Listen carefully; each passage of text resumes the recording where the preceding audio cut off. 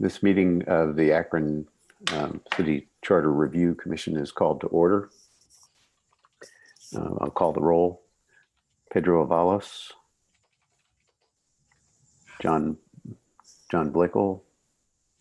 Hold on, I'm there. I'm here. Okay, gotcha. Barbara Brown. I'm here. Donald Christian. Present. I'm here. Bill Rich. Jim Simon. Jim is muted, but he's here. He's still muted. No, I'm not yet. That's why you double mute yourself. I'm present. Margot Somerville. Here. And Matt Timbrook. I'm here. Okay. First item on the agenda is the approval of the minutes of the June 9th meeting. Is there a motion to approve those minutes?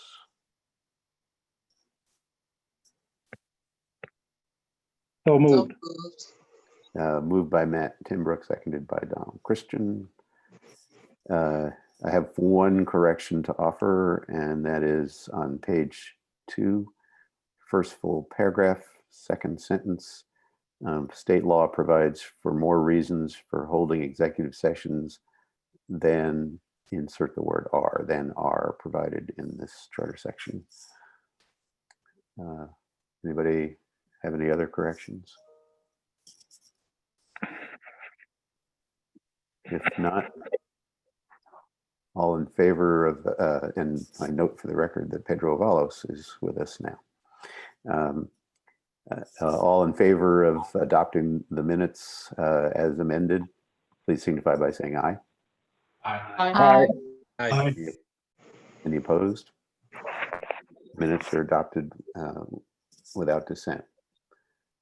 Next item is unfinished business. The withdrawal of the proposed changes to Charter Sections 54, 54A, and 59. Yamini, are you going to talk about that? Yes, I just to indicate that after reviewing these sections, we have determined that we are going to withdraw, the city is going to withdraw those proposals to the commission. 54, 54A, and 59. Okay, thank you. We proceed now to new business.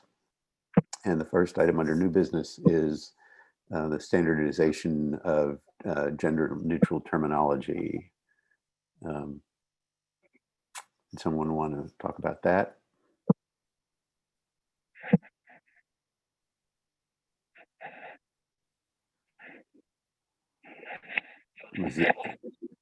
Was the idea here, I guess let me raise a question about it.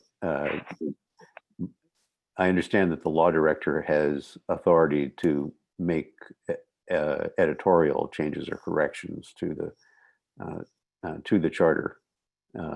Is the thinking of the law department that this would be encompassed within that authority, or that there needs to be a charter amendment to allow this?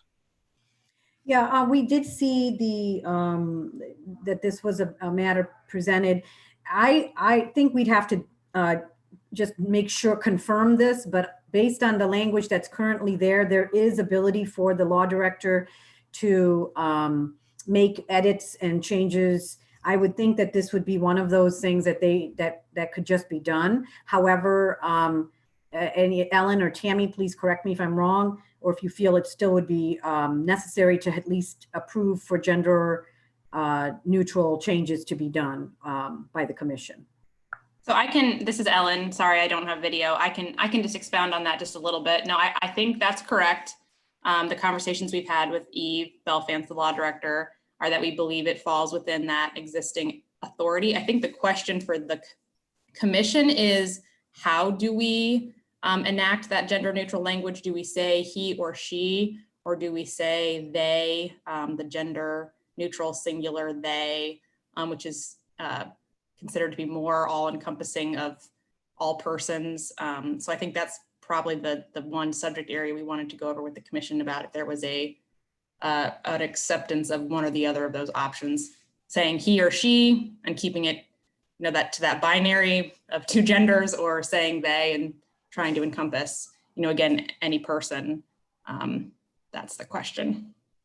So as I understand it, you're really looking for a recommendation from the commission about to the law director about which way to do it. Yeah, because I think some of the language you guys have already proposed had he or she, and I think our inclination was to use they, and we wanted to just take that back to you guys since you'd already approved changes that were he or she. Right. So, I mean, just expressing my personal view on this,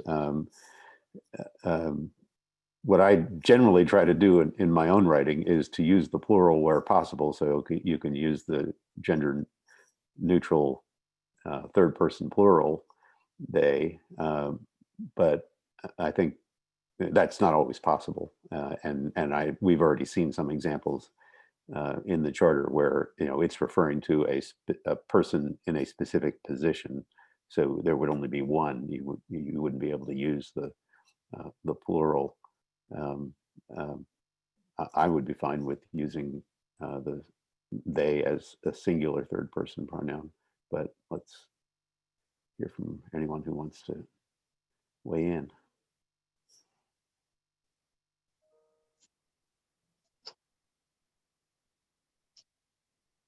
I think it's going to depend, if this is Barbara, what fits in that particular sentence. Where they would fit, I think we use they.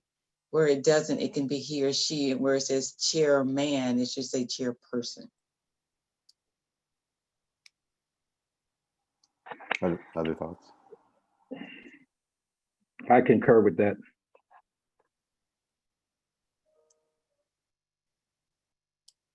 Anybody else?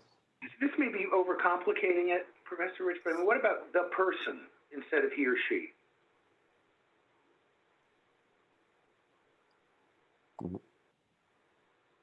That's a possibility. I mean, I hear where you're coming. Where the argument with respect to the binary issue, and so I'm just trying to think of a different way around it. Again, we'd have to, of course, go through the entire charter and look at the context. I look at the sentences. I mean, I think if we have that, we would have to read through it and see what makes sense. We could probably use every suggestion made in terms of how it would make sense, as long as we're being consistent, of course. Yeah. But it's hard to say because of so voluminous. I mean, we have to go through every section and see how it fit in, but. Well, we're really just, I think we're really just giving you advice on which way to do it. And it's ultimately going to be up to the law department which way to do it. That's an interesting idea, though, to try to use the person, or in the case of a reference to a specific a person holding a specific position, you could say the police chief. Sometimes that ends up being a little wordy, but that would, you could try to at least minimize the number of instances in which you need to use a they as a singular pronoun. You may end up with some where you're either going to have to say they or he or she. And so I guess the question on which the law department could use some advice is, if in those instances where you can't avoid using a pronoun, or it's too awkward to avoid using a pronoun, is it better to use, and it's singular, is it better to use he or she, or is it better to use they? And the reason for using they there is, to be inclusive of people who don't regard themselves as either male or female.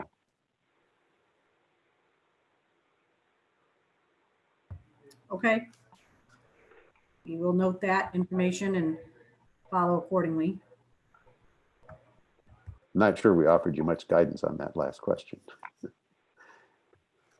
I mean, I appreciate the information. I think we understand the interest in, we certainly also feel the want to be as inclusive as we can and make sure the sentences are not awkward and are reading correctly, of course, and are being consistent. So I think all the suggestions are very useful. Okay. Sounds like an assignment for your law clerks. Aren't you glad we have the law clerks, Mr. Christian? I remember them days. I They'll remember be able the to, days they'll too. be able to thresh it out word for word. That's right. Okay, so next are the proposed changes to Articles 17, 19, and 136. And there's a common theme to them, which has to do with the timing of the submission of ballot questions.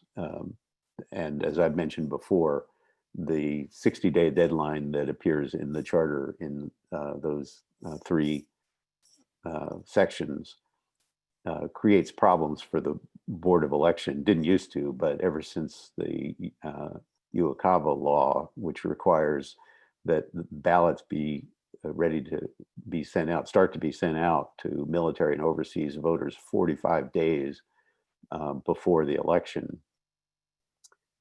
We've had this problem, and it's not unique to the city, but the city is part of the problem, and that is that the 15 days that we would get between 60 days out and 45 days out is barely enough to get the ballots ready, and it's a very kind of dicey proposition to get the ballots ready in such a short period of time, especially if there are ballot issues with extensive ballot language or with the actual, for example, charter amendments on the ballot. So the idea behind the changes proposed to section 17, 19, and 136 is to give more lead time to the Board of Elections to get the ballots laid out and proofed and ready to go. Let's see, Tammy, do you have the language to put up on the screen? Yes, I will share that right now.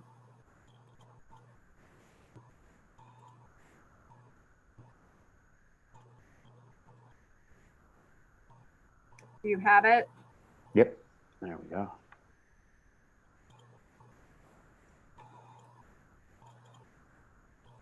And if you could scroll down to the redlined version. There we go.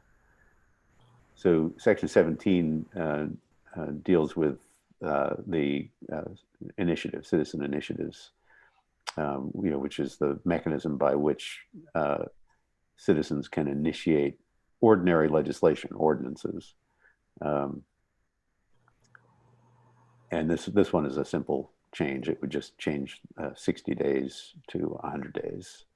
And 100 days is what the standard now at the state level is 90 days, but the Ohio Supreme Court has asked that the state legislature change it to 100 days so that the Supreme Court has enough time to dispose of any writs of mandamus actions that are filed in the Supreme Court over questions of whether somebody was incorrectly put on the ballot or incorrectly kept off the ballot, that sort of thing. So we'll be one step ahead of the state, but I think the state will end up at 100 days before too long, at least I hope. So that's the only change to section 17 concerning the manner of exercise of initiative. Anyone have any questions about that or comments? Professor, I understand that enabling the court to do what it needs to do. I also, though, am mindful of, that these are not easy things for people to do, and to shorten the time period, you know, that's something that a lot of people have, I think will have an issue with, but my question's more practical. You know, UOCAVA has been around for about 10 years. So how many, do we know of any cities that have already done this? Because I mean, I have to say I've not really heard of any, but that I don't really follow municipal charter law all that closely. Well, specifically on initiatives, actually, their initiatives are very rare, and I'm not talking about charter amendments. I'm talking about and you know, basically when anybody goes to the trouble of circulating petitions, you know, rather than do it to enact an ordinance that could be repealed by the council, you know, they go for charter amendments, which is partly how the charter ends up being as long and sometimes as messy as it is. So I think if you were, my guess is that if you were to look around to see examples of this in other cities, you might not find many because initiatives are probably not very common. But you know, I thought that as long as we're doing this, let's fix it in all three places instead of just the charter amendments. Right, but I guess the question I have, though, I mean, on the initiative petition, I mean, you still have a mandamus. You still have your mandamus issue would still be present here. So, so the same logic would apply to that as well as the charter changes. So, I mean, I'm not crazy about it, just in principle, but you know, certainly I will vote in favor of it. Well, we're only talking the difference between, you know, 90 days and 100 days. Wait, no, in this one it's 60 to 100.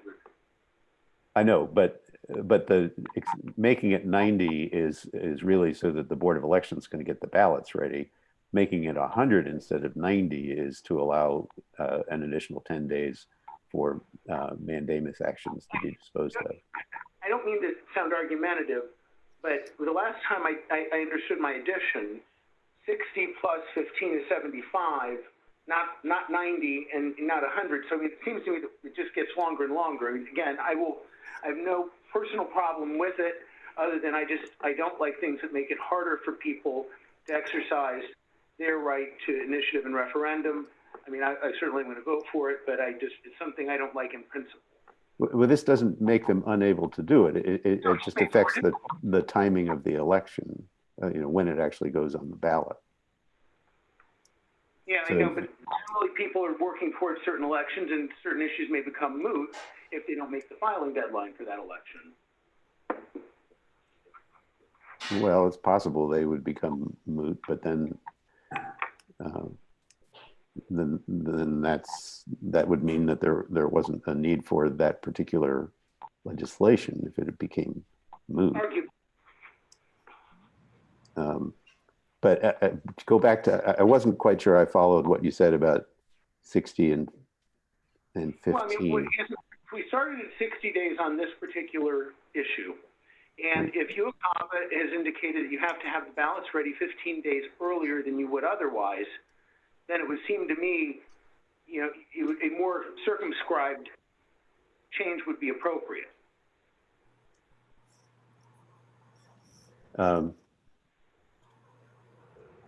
Well, so the 60 days was not only before, it was set not only before UOCAVA, it was set before there was early voting. Understood. Early voting starts 4 weeks before election day. So that backed things up already. And then UOCAVA added another 15 days to that. So, you know, now we're at 45 days out. And keep in mind that the process here is that the petitions get filed with the clerk of council. I understand the process. The clerk of council has got to, just so everyone else does, the clerk of council, you know, has got to determine whether they are appropriate as to form, and there appear to be sufficient signatures. They send it then to the Board of Elections to determine how many of the signatures on the petition are valid.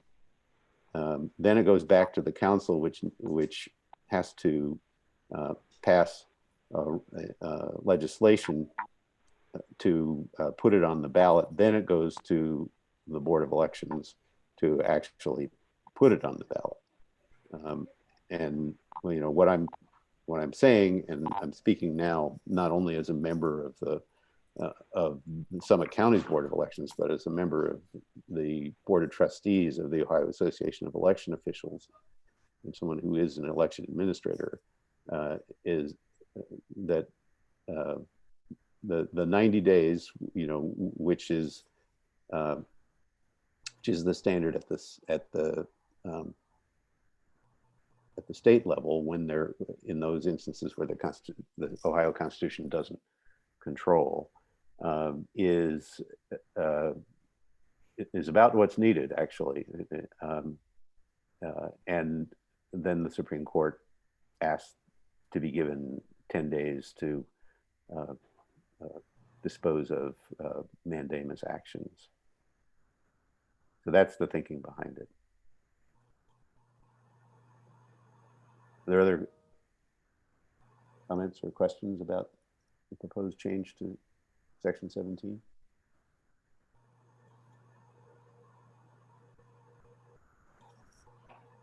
If not, all those in favor of the proposed change to Section 17, please signify by saying aye. Aye. Aye. Aye. Any opposed? That change is approved without dissent. Next is Section 19.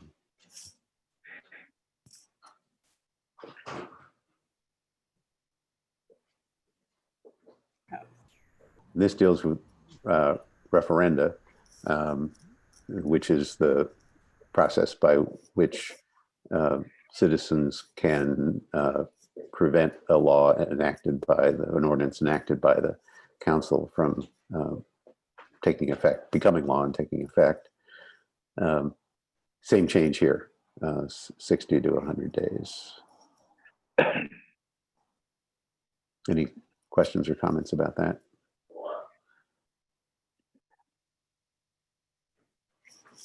If not, all those in favor of that change, please signify by saying aye. Aye. Aye. Any opposed? That change is approved without dissent.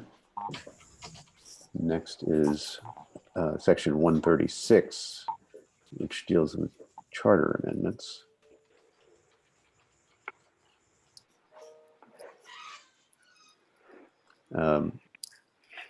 And this one is slightly different. In effect, it's the same. Hang on one second, please.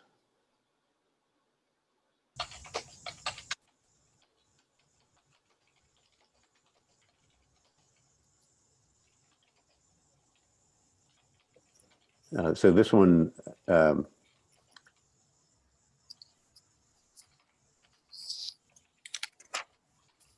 proposed amendments to this charter may be submitted to the electors of the city by a vote of 2/3 of the members of the council and upon petition signed by 10% of the electors of the city setting forth any such proposed amendment prepared and filed with the clerk of the council in the manner and form and by the deadline prescribed herein for the submission of ordinances by initiative petition.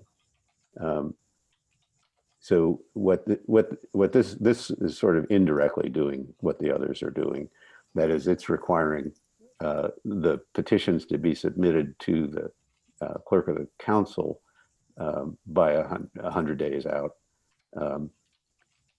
We can't directly change when the council is required to submit the ordinance to the Board of Elections. So this does the next best thing, which is to require the petitions to be submitted to the clerk of council by 100 days out. And then the hope is the council would act expeditiously on it. Any questions or comments about this one?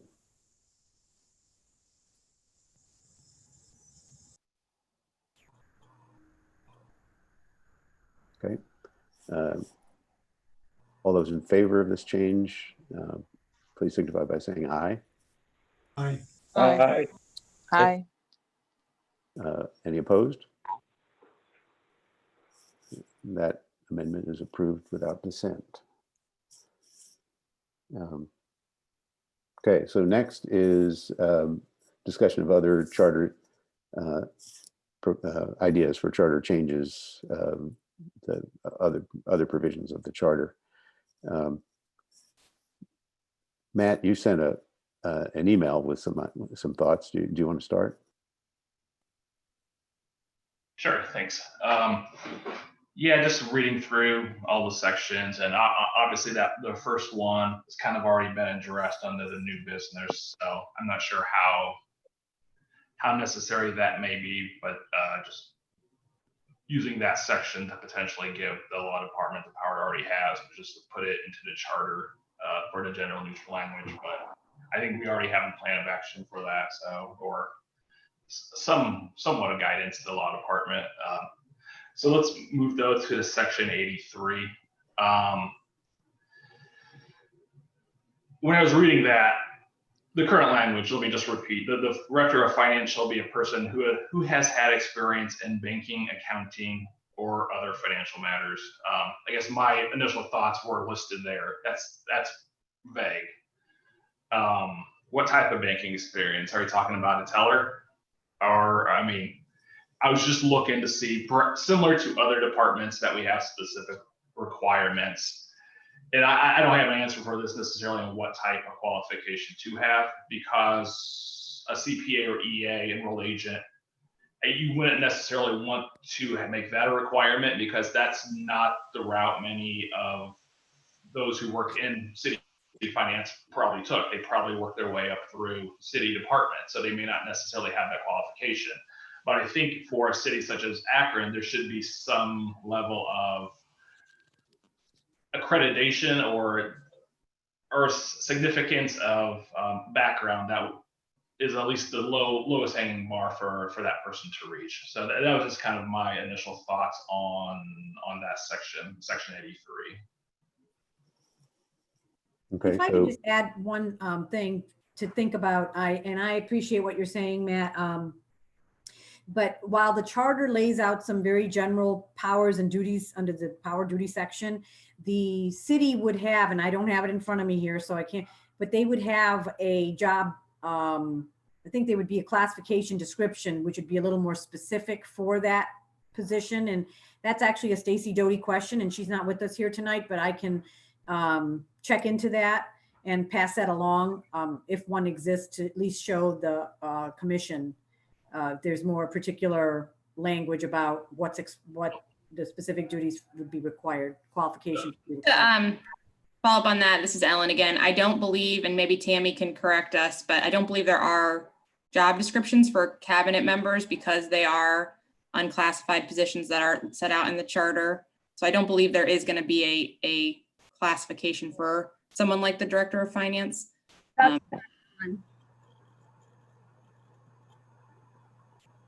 That's what I was wondering if that was, I mean, if that's a level that's a select, no, each mayor has the purview to select their own finance director. Is that okay? So I think, These are appointed positions, so they are selected at their fiduciary and appointed positions. Okay. I guess the goal is to make it, and not to say it's ever like been this in the past, but it's not a patronage position. It's a position that the best interest for the city of Akron is being served by someone in that position. That's my only thought on that, on that charter amendment. So is there interest on the part of the commission in pursuing such a charter change? The way that I think we need to do this is for, everybody's, whenever anyone proposes something like that, the commission should make an initial determination about, whether there's serious interest in pursuing it, particularly in light of the fact that there's really only 1 week, one more meeting, 1 week left. I don't want to ask the law department to do a lot of work if there isn't serious interest on the part of the commission. as a whole, by which I mean at least a majority. And in this case, I think thought would have to be given to what appropriate qualifications would be. And Matt, you indicated that you weren't sure what they should be, and I'm in the same boat. I'm not sure what they should be. Others. Well, may Matt, were you thinking that there ought to be some minimum qualification in some specific business area? Or a bachelor's? You indicated a bachelor's in what? Right. You try to make it a minimum standard? That's kind of what I was kicking around, because you could have an MBA and be the best person for this job. You don't have a CPA, you don't have an enrolled agent designation, but an MBA could do this job without issue and fill that role. So I think that was kind of the question I was bringing to the commission. Yeah. It sounds like there should be some type of minimum qualification, but what that is, I'm asking for guidance. Because currently in corporate America, there are probably several individuals that hold those positions that really, really have a subject matter expertise in it and do not have a particular degree. So I'm just wondering did you want to make it a minimum standard at entry level for that position that they have at least a bachelor's in some related subject matter area? Part of me is like a bachelor's, and maybe in any degree, just because my bachelor's is actually in education, so that I've taken a wide route to where I am today, but education wouldn't necessarily have anything to do with that. And I'm just wondering if it's just a bachelor's, that's the basement, and from there, obviously this person's not going to be selected. The mayor's not going to appoint someone in this role without good reason. So I think having a bachelor's is at least the basement level qualification that this person from had. Not that there's a necessity. Someone without a bachelor's could obviously do this job. Their experience would play that out. But I was just thinking, similar to law, similar to health, that as a department head, the cabinet level, that should be some minimum level of qualification for this position. The problem that I see is just how difficult it is to come up with a minimum qualification, as opposed to, say, the law director. There's no problem saying the law director needs to be a lawyer. Right. But there are some positions where there are any number of different ways in which one might become qualified for the position. And so you end up either making it too narrow or making it vague.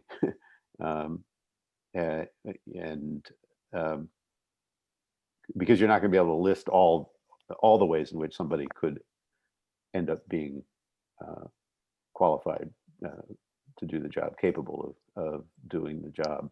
So that's what I'm wrestling with on this is, I mean, something that theoretically makes sense once you put it into operation. It adds a couple layers of difficulty, perhaps. So yeah, I mean, if you required a bachelor's degree in business or finance or some related field, and then somebody comes along, who had a bachelor's degree in an unrelated field, but has an MBA or has been the deputy director of finance for years and is obviously capable and qualified for the job, but got there by a somewhat unusual route. Other people have thoughts on this?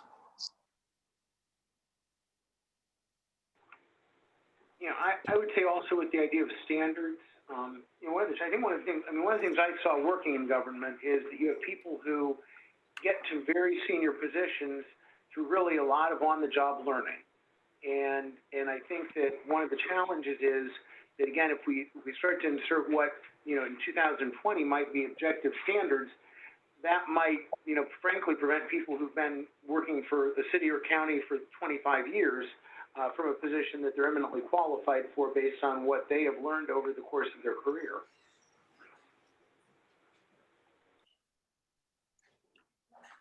Other thoughts?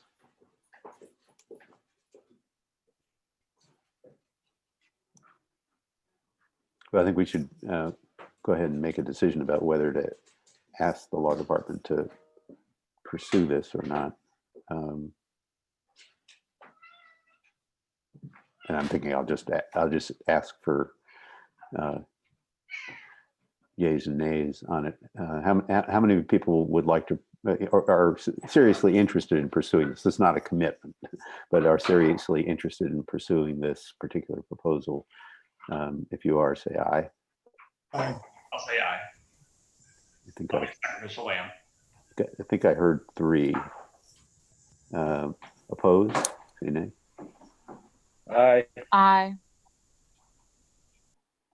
I think I only heard 2 that time. Okay, so I think I better. I'm not sure I'm hearing everything. So let me just call a roll. How's that? Pedro. Right. So you were muted. I didn't hear you. Said it's yay or nay. Aye. Okay, so you're in favor. Can you make sure you're making the question clear, Yeah. Mr. Chair, just so people understand what we're voting on right now? Yeah. Are you in favor? Are you seriously interested in pursuing this proposal? That means asking the law department to come up with Chairman, Yeah. could I add perhaps it would be prudent to ask the law department to see if there are any qualifications that exist in other cities that could be right. step up with there. Yeah, I think they would do that. But yes. Okay, so we have 1 yes so far. John? Yes. Okay, that's 2. Barbara Brown? No. Nay. No. Christian? No, I just don't think we have enough information to give to the law department to come up with something in this time frame. I understand the notion, but I'm just not sure. And my other thinking is there's probably a lot of people on those staffs that are qualified in terms of degrees and expertise. That probably was a minimum requirement for them to get those jobs. And I see directors more in an administrative role versus the one that's actually going to be executing the duties that's called for in the charter. So on those bases, I say no. Jim Simon? Yes. Okay. Margot Somerville? I'm going to say no. I think it's going to be kind of possibly difficult to get city council support on this one. Matt? Yes. You're a yes. Okay, so the vote is 4 yes and 3 no. You have Reina Matar also. Oh, I'm sorry. I skipped you. I was looking. I skipped right over your name.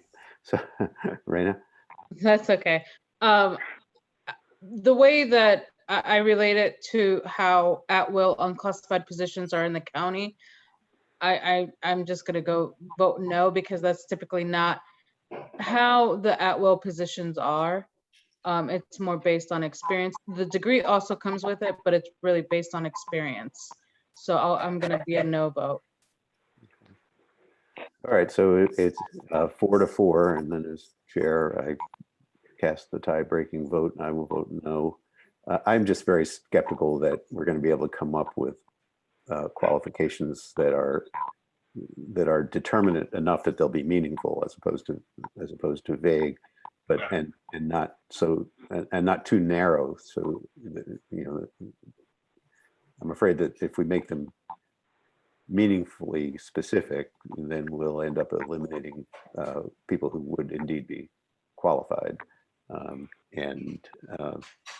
So on that basis, I vote no. So that's 5 no's and 4 yeses. Okay, next, Matt. Last one, and this one section 5, I'm a little bit unclear on, and my guess is council's not going to want to take it anyway. But our campaign contribution limits. I don't have any skin in the game. I'm not an elected official. I have no plans to run for public office. However, the current limits they were low 20 years ago, and they're incredibly low today. And I know one argument is going to be keep money out of politics, but I think it has an effect that's not beneficial to the city for those wishing to run for office to gain support, which in a city the size of Akron, you need a certain amount of money, at least a base level. So it's not necessarily my boat to bring to shore, but it's just something I want to at least bring to the attention of the commission. And again, I'm not 100% clear on who has the ability to adjust. It sounds more through some of the research I did that it may be in city council's hands. That's Commissioner Margot Somerville. You may have a better insight than I would, but just wanted to bring that up. Well, I wanted to I was on the Charter Review Commission 10 years ago. Okay. This stuff all used to be in the charter. You know, all the campaign finance regulations that there were in the charter. They got there by petition. This was not the city council proposing it, and it was a problem because it was so hard to change them. And if you think the current ones are low, oh yeah, I read. you should have seen the previous ones. They were almost absurdly low, and to the point where I was surprised when the federal district court upheld them. I thought they were so low that they constituted First Amendment violations. And the First Amendment is one of my fields. I mean, the fact of the matter is, I mean, politics isn't my day job anymore. I still consult for free to friends, and I was helping on the sheriff race in a very rural Northwest County in Ohio. And as small as that race was, the spending was larger than the city of Akron races. So just kind of in comparison, I don't think it does the city any benefit to have such limits on campaign contributions, which is free speech. What I wanted to say though was that the previous Charter Review Commission, the one 10 years ago, took those things. Sorry about that. I have a beagle, and something has attracted his attention. The mailman. So what we did was to take it out of the charter and put it in the hands of the city council. The city council is required to enact the campaign finance regulations.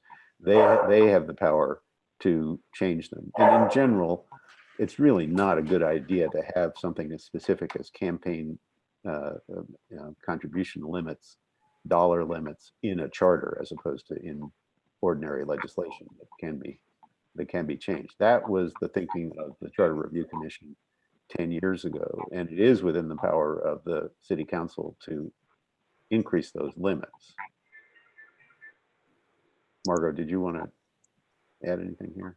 Yeah, I definitely just wanted to add, I definitely wanted to just echo Matt. Yes, our contributions are extremely low when you look at the increase in cost of postage and mailings and all the things that you really have to do to run a campaign and also successfully win a campaign. But I will tell you that council probably for sure will be bringing this before council potentially to talk about doing some increases. So I think that is something that council will do here in the real near future. I guess one question I had, and just for maybe the law department, that my last bullet point is the limit per cycle or per year? I'm sure it's per cycle, but I just wanted to verify. This is Ellen. It's per election. So like a primary election is one limit, and, a general election is another election. So it's per election. Okay. And that's the way it normally is for campaign finance, for contribution limits. Gotcha. The federal level, it's that way. Okay. All right. So are there other changes that anyone wishes to propose? I do have one, but I'll wait till last. This is Barbara. I read through some areas and had some questions. So we can go through them each section, and maybe it's just my lack of legal ease that will help to explain it. But if we go to section 25B,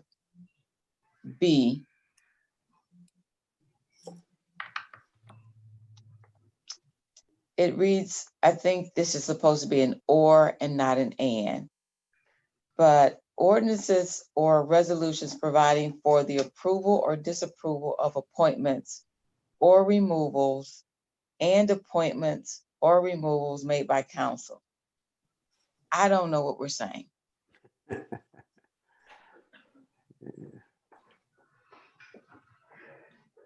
I'm sorry, I'm still catching up to you. Section Section 25, 25. letter B. Okay. Okay.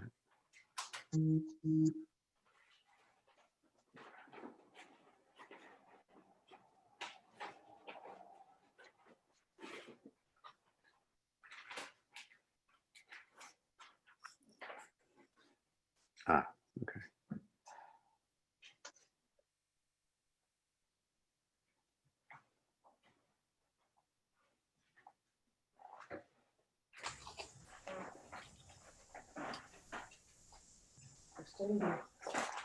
Yeah, strangely, that actually makes sense to me. It takes a while to read it, though.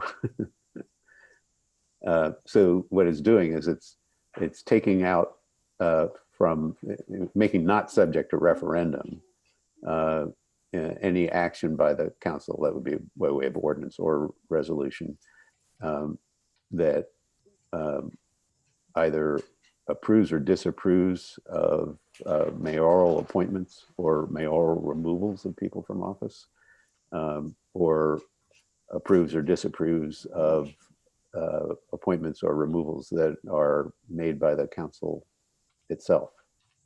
Well, actually, not approves or disapproves, but that Appointments or removals. that ordinance or resolutions providing for appointments or removals by the council. So there are some positions that are actually appointed by the council, not many. And so when the council acts to make those appointments, that's not subject to referendum. Similarly, when the council acts to remove somebody from one of those few positions from which they can remove someone, that's not subject to referendum. And the more common case would be when the mayor makes an appointment and it has to be confirmed. The appointment has to be confirmed by council.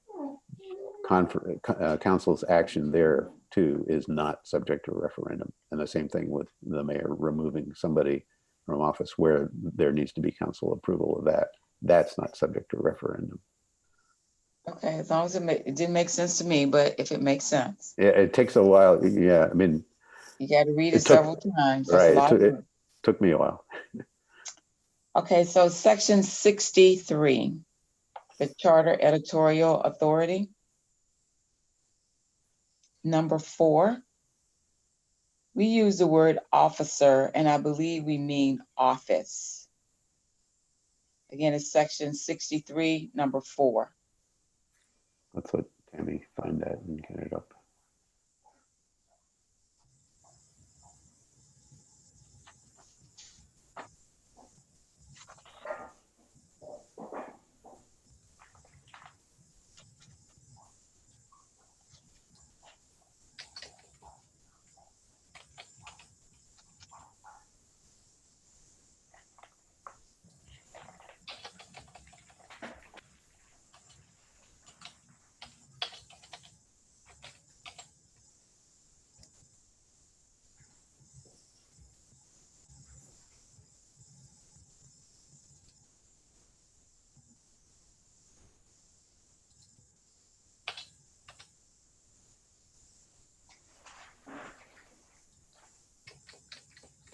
You're talking about in that second to last line in 4?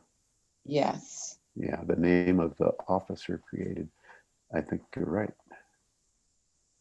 That should be office, right? That was my thought. Mhm. That I think is an editorial correction that the law department would have the authority to make. Ironically, they'd be making an editorial correction to the section that gives them authority to make editorial corrections. And even more ironically, it's a she, not a he, as it states Yeah. in this section. So I don't think we need a charter amendment to do this one, thank goodness. This is something that I think the law department will just handle, right? Yep, we certainly can. Thank you for pointing that out. Good catch. You got an eagle Good catch. eye. Yeah, eagle eye. Okay, and next one is section 80, the Director of Public Health, Power and Duties. We are not consistently saying public health.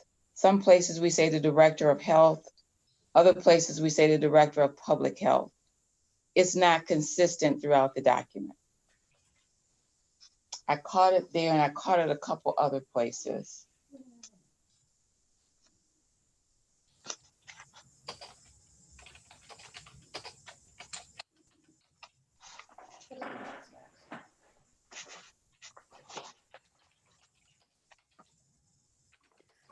Yeah, so this is when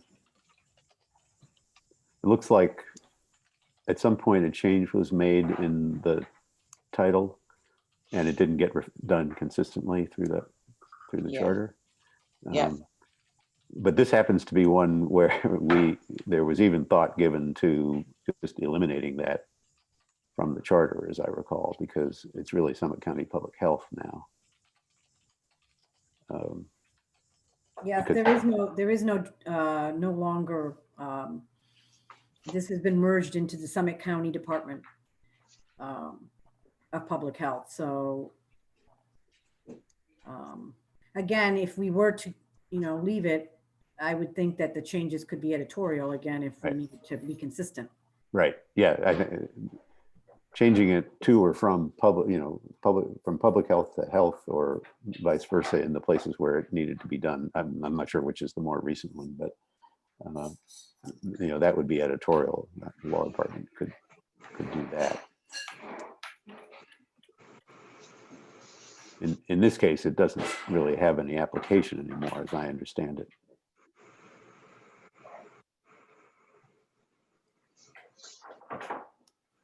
Anything else? Yeah, section 94, we have an extra article. It's payment of claims. So I think this is something else that can be made without an amendment.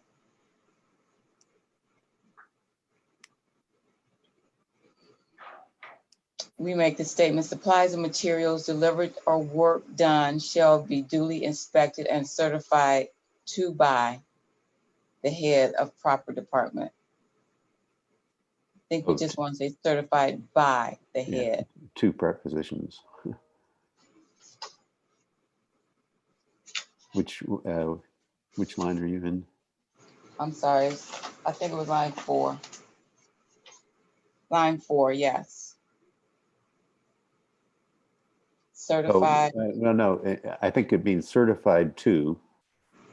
The head is supposed to certify. Well, I don't know. That doesn't work for me. Yeah, I mean, right. You don't need the two. I would call that editorial also.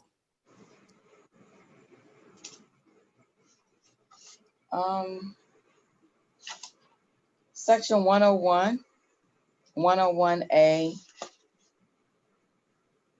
and 102, we are not consistently using the term the City Planning Commission, which is what we say the title of the position is. Someplace we just say planning, someplace we say city planning. We're just not consistent.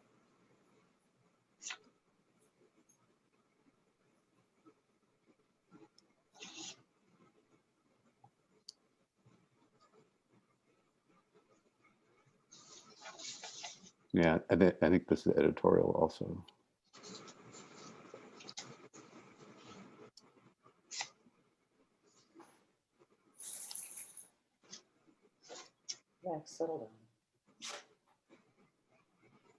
In section 141, we have a typo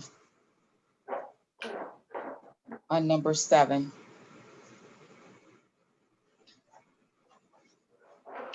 I'm sorry, what was the number again, Barbara? 141, Thank you. number 7.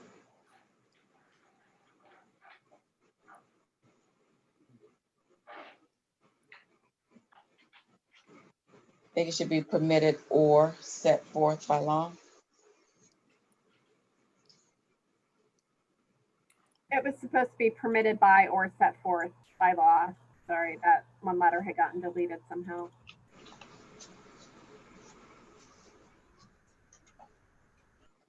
I think that's all I had. You don't need both buys there. One will do in the right place. Okay. Anyone else have any changes to propose?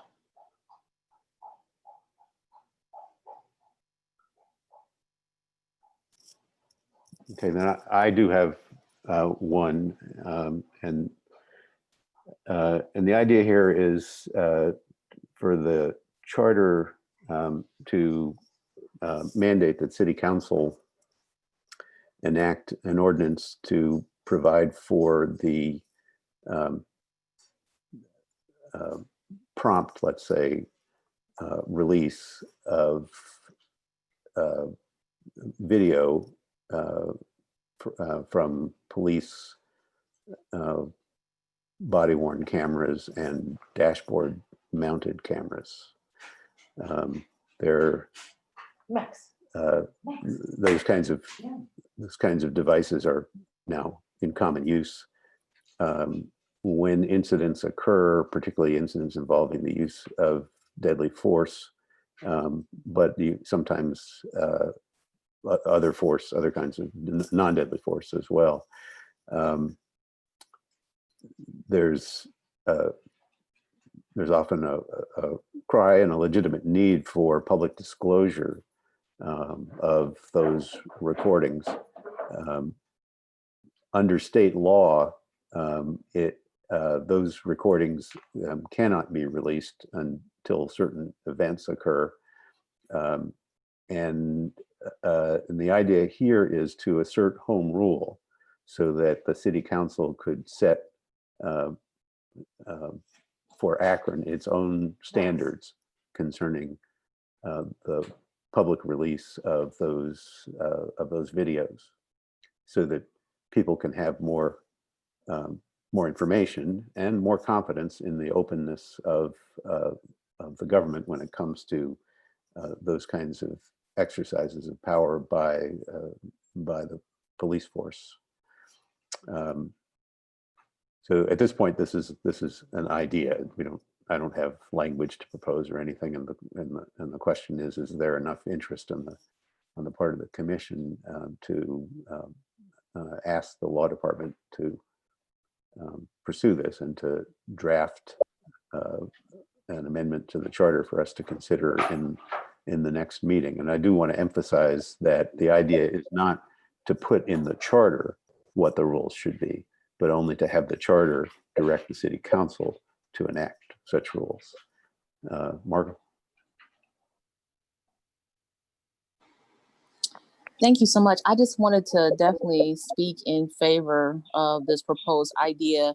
I remember when City Council first passed to even implement body-worn cameras in the city of Akron. Of course, there were a lot of benefits to bringing body-worn cameras to Akron, but particularly council saw body cams as a way to build trust, saw body cams as a way to improve community relations in the city of Akron.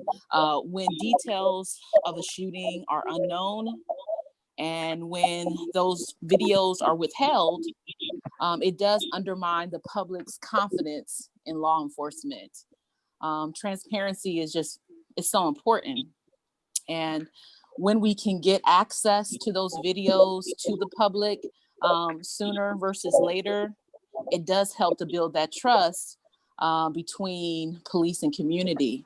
The other reason why I think I kind of like this, and I mean, I don't know if Ellen's still on the call, I mean, she can further elaborate on this, is that I think that for consistency purposes, we've seen in many instances that some videos are immediately released and others aren't. And so again, that continues to build frustration in the community, and also doesn't really help us to build that trust. You know, why are some videos immediately released and why others we can't get access to?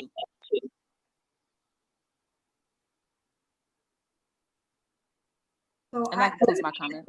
I would like to just offer I have a question really also, but the law department, actually Tammy Kalale is the city of Akron's expert on public record requests and handles and oversees the public record requests that are provided or sent to the city.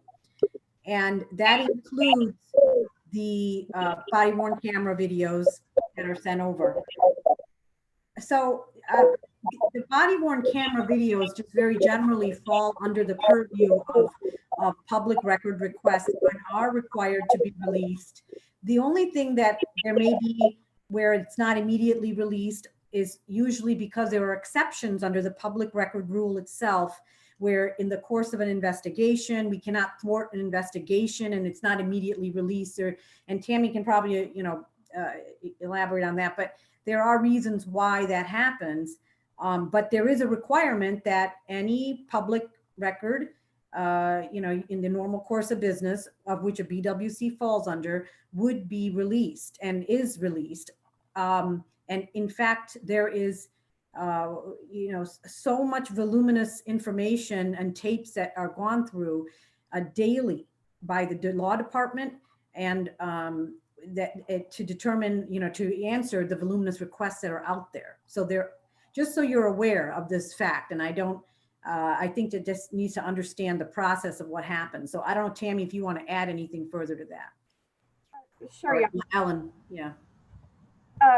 So first of all, one of the things we always look for, there are things that are protected by federal law. For example, social security numbers or driver's license numbers.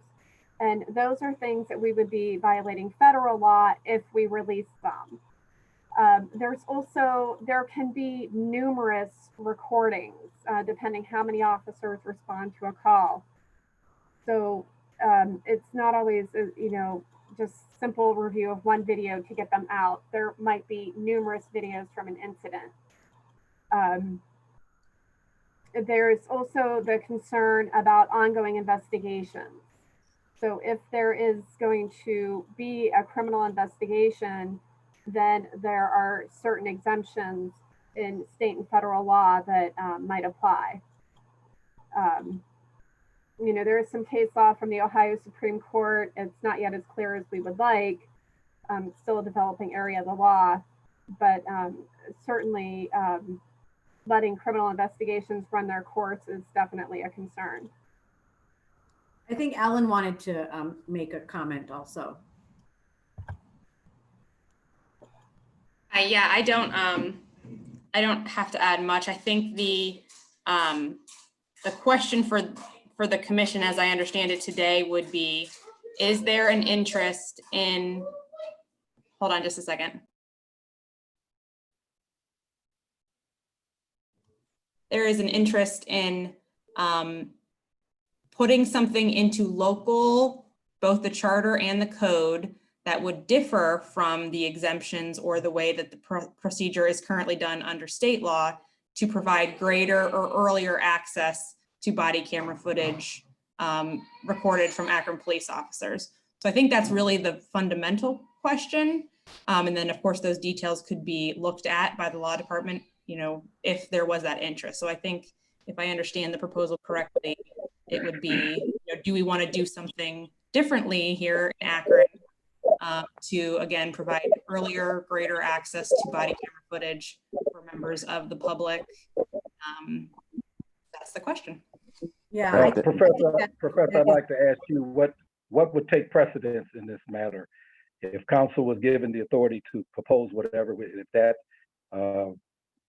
came or ran afoul of existing state or federal law, how would we resolve it? Because I'm trying to find a middle ground here, because with this current narrative that's going on in the nation, I would be in favor of anything that's going to be more open and transparent in terms of what's going on, particularly in certain communities.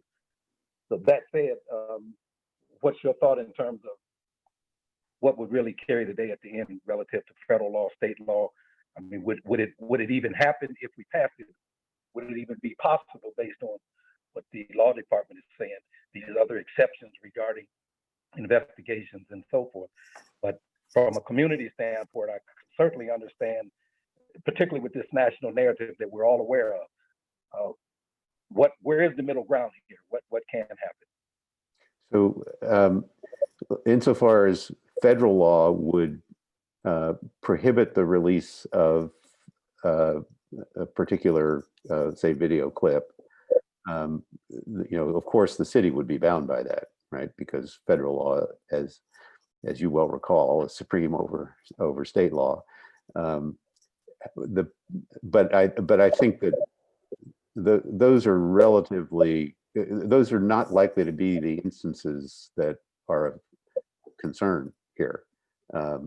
So there are things that federal law wouldn't allow the police department to disclose about somebody.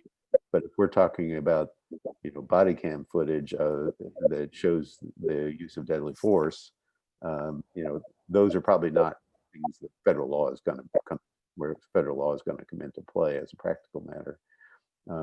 State law is a different picture, and here the question is whether this is a matter on which the city can assert home rule.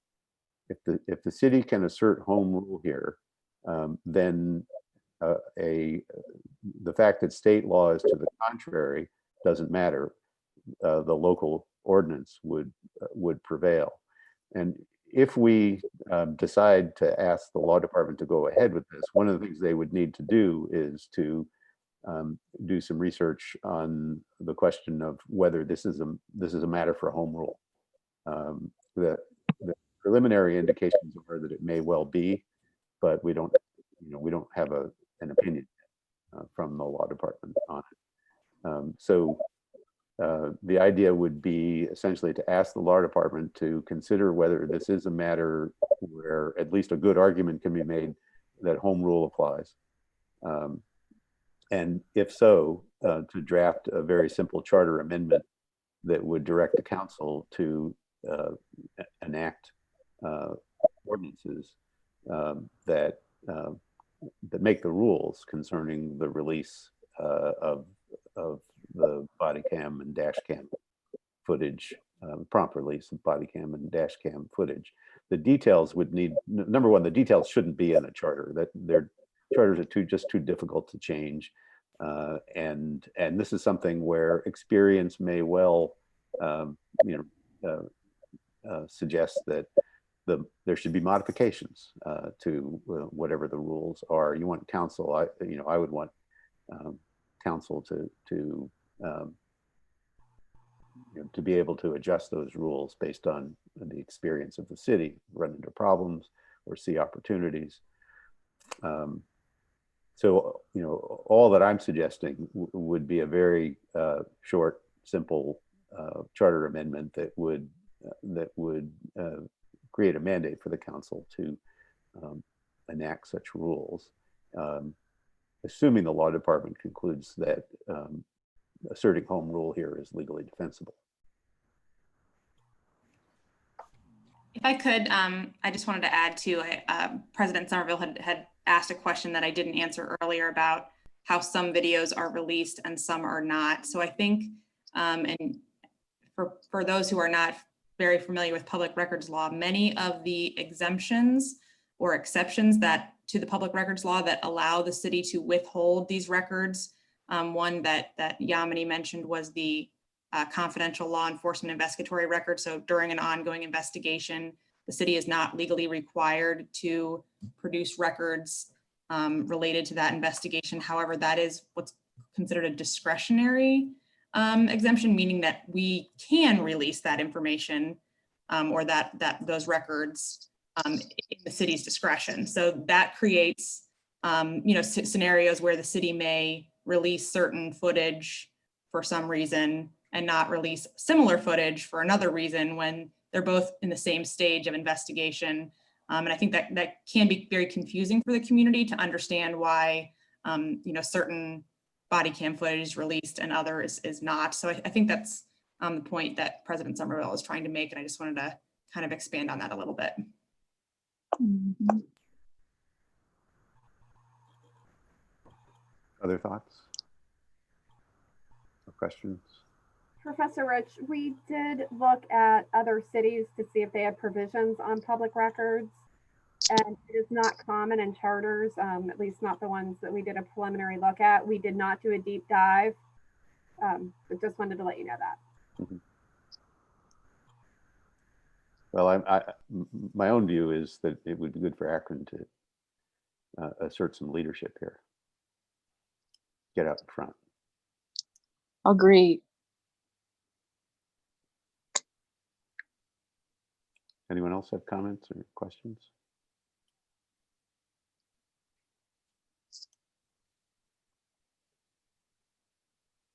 If not, Wait, so, sorry. go So we're voting on asking the law department to determine if home rule exists to supersede rules that are, I guess I'm a little unclear on what we're asking. We're asking the law department to research the instances that we can expedite video release. I guess I'm just missing a little bit on this. Yeah. So I apologize. As has already been mentioned, state law sets forth the rules that govern the release, sets forth rules that govern the release of the body worn and dashboard mounted cameras.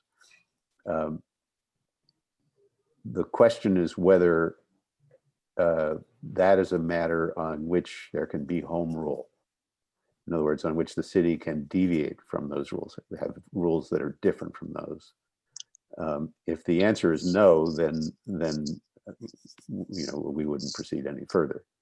The answer is yes, the city could have its own rules. Then we're asking the law department to draft a short, simple charter amendment that would create a mandate for the council to create such rules, to enact such rules.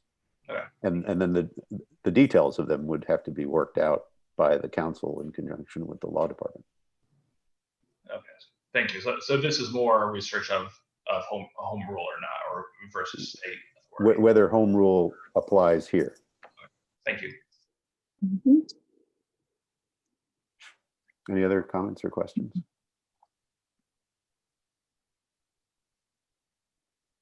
If not, all those in favor of the proposal, and this is to ask the law department to research that home rule question, and if the conclusion is that it's a defensible position that home rule applies here, to draft the amendment that I described before. All those in favor of that, say aye. Aye. Aye. Any opposed? Okay, motion is adopted without dissent. And does anyone else have anything else?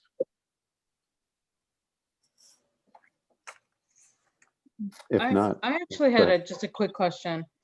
With our withdrawal, with the law department's withdrawal of, I think it was section 59 that included the removal of the health department and the addition of the Department of Integrated Development.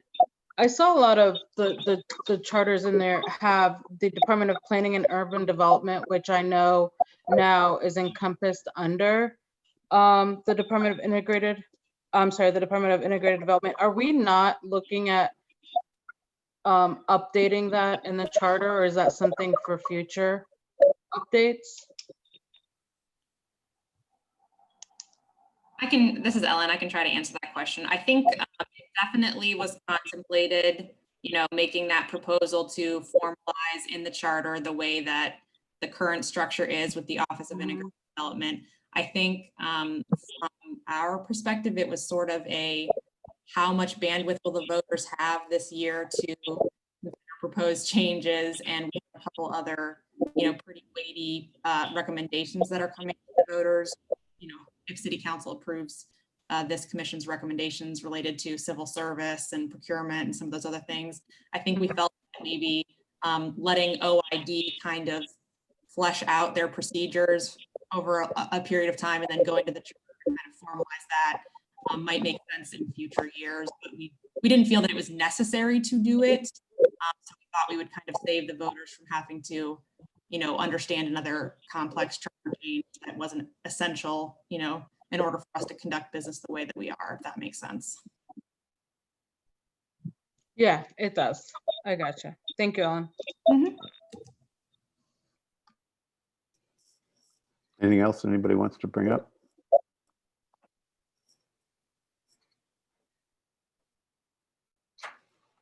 Okay.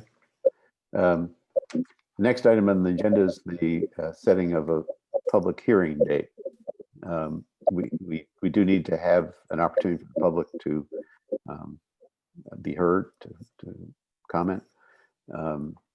We have a meeting scheduled for a week from today, it'll be the 23rd. We have to report to the council by July 1st. So as I indicated in a previous meeting, a meeting on the Tuesday after the 23rd, which would be the 30th, is not realistic. We wouldn't really have time to change anything in the report for the council the next day. So my suggestion would be that we set the public hearing date for June 23rd, our next meeting. I don't expect we'll have a lot of other business to do beside that, so I think it'll be manageable. What do you think? I agree. Yeah, I think that's a good day to kind of bring everything together for our recommendation purposes. Mm-hmm. Anybody have any concerns about that? If not, is there a motion to set the public hearing date for June 23rd at 5 o'clock? So moved. Is there a second? Second. Any debate on the motion? All in favor, say aye. Aye. Any opposed? The motion is adopted without dissent. And that concludes the agenda for this evening. Sorry, Bill, I hate to keep everyone another few minutes, but I had a quick question about that public portion, just to make sure that we're prepared for what you guys would like to do. I mean, when we say public hearing, that's some kind of formal process for swearing in and that sort of thing. Were you thinking just an opportunity for members of the public to join this Zoom meeting and give comments, or what was the format? Yeah, good question. I was reading public hearing off the agenda, so I didn't mean to imply by the use of that term that there would be witnesses sworn in or anything like that. This is an opportunity for public comment, and if we were doing this in person, we'd be in a room large enough to accommodate what the number of people that we expected might show up, and we would recognize people who wish to speak and give them a limited amount of time to make comments. We can't do that since we're not meeting in person because of the pandemic. I think what we should do is, at a bare minimum, to give people the opportunity to submit comments in writing via email, since we did set up that email address. But I think if it's manageable, and this is a question for the IT folks, if they feel they can manage it, I think it would be good to give the public an opportunity to actually speak in the meeting, possibly by calling in. There are security concerns. We don't want to get Zoom bombed. And so we need to be able to eject people, who are up to no good. But I think if the city IT folks consider that to be manageable, I think it would be good to give people an opportunity to actually speak to us in a meeting. But what do you all think? Just Nate from IT over here. And I know that I'm not, a representative of IT, and we'd have to go through this with Darren and Bill, who are two of the managers over there. However, I think a massive amount of people in one room without any type of coordination on that is going to end up with people talking all over the place, unmuting themselves, all that stuff. If that was going to be the case, I think the best thing would be to have a very specific list of people and what they want to speak on. So what you would do is, okay, we're going to speak on this piece right now. These 5 people have contacted that they want to speak on it. We can let them in the room one at a time to do so. That's kind of what we've done with some other meetings where there's been public facing, and that has worked, just as a suggestion. Mm-hmm. So, Professor, what limits does the public have? Are they going to be commenting relative to the work that we've been doing on the commission review, or is this some open forum for anything they want to talk about? Well, not anything they want to talk about. They should be talking about changes they think should or should not be made to the charter. Okay. Otherwise, I heard someone say some people might go off and all that kind of stuff. So. Well, right. I would be surprised. I would almost be surprised if that didn't happen. Having been a part of Zoom meetings with 300 people, 200 of which who had never used Zoom before, I think being very selective on who we, like as IIT mentioned, have the list. They can talk when they talk, then on to the next person. So to have relevant commentary, do we assume, or I'm assuming that these individuals have been live streaming all of our meetings and have been making their, creating their questions, or someone going to walk in cold that don't know what we discussed in terms of revisions or whatever? And I mean, I don't know. I think the answer is both.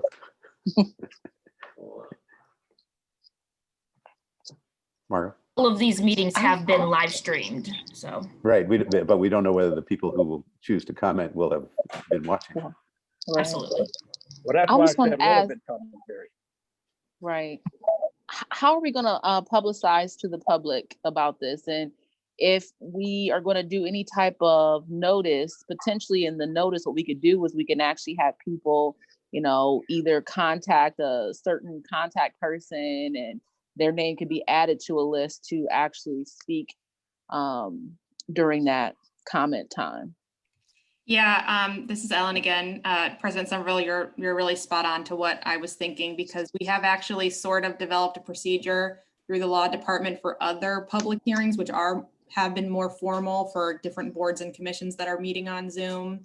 And that's what we've done, is provided a notice and said, by say the day before, you have to contact this person and express your intent to speak and the subject matter. And then we have a finite list of people who've responded. My gut tells me that we will not have hundreds of people. I think it will probably be a more limited, manageable number. And of course, if 24 hours in advance we find that it is hundreds of people, we can kind of maybe adapt our plans in that moment. So I think the idea would be to put it out in our normal meeting notice that goes to media, and have a very specific contact person for anyone who wishes to participate in the Zoom. Give the email address for those who don't want to give real-time comments but would like to submit written comments, and then have that deadline be 24 hours in advance so that we can have an idea of exactly what we're working with, and then we'll give those people Zoom login information that only they will have, so that we have a discrete number of people joining our meeting. I think Is there a time? I'm sorry. Is there a time limit on each speaker? I think we'll want to share, but yeah. I think we'll want to impose a limit, but we we, in determining what the limit is, I think we might want to see how many people wish to speak. Because a couple of the boards I'm on, when we have board meetings, there's like a 5-minute limit to public presentations, although they're required to be on the agenda. I mean, I'm thinking 5 is awfully long. Well, I just use that as an example, but Yeah. it could be anything. But I think it should be a time frame. Yes, I agree. And, you know, I mean, I think if it turns out Ellen is wrong and there's 100 people, that will mean a very short limit. Otherwise, the meeting will go on way too long. If it turns out there are 5 people, you know, it could be a little more generous. I think there needs to be a limit, but I would favor seeing how many people sign up to speak before setting the limit. What we might want to do is figure out, all right, how much of time in the meeting are we prepared to allocate to this? And then once we know how many people have signed up, just do the division and calculate the time limit. And I think that would be a good idea, because if we get actual a high volume of written comments, we'd have to have some time for someone to present, whoever would get those, what they were, and give us opportunity to consider those as well. Right. And that couldn't happen, I don't think, with everyone lined up talking. Right. But I think the procedure that Ellen sketched out a couple of minutes ago sounds like a good procedure. And I think we definitely need to have a time limit. But if it's all right with all of you, why don't I see, or Jim and I can see how many people sign up and what we have in the way of written comments before figuring out a time limit for the comments. I don't want to make it needlessly short if we don't have a lot of comments, but I also don't want the meeting to go on too long either. This is Tammy. I did check today and there were no emails yet sent to the email address. Oh, well, we're generating a lot of interest.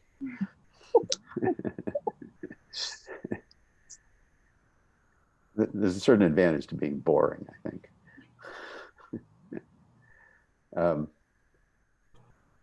So does that sound okay? We'll use the procedure that's been used for you know, other boards and commissions that Ellen described, and then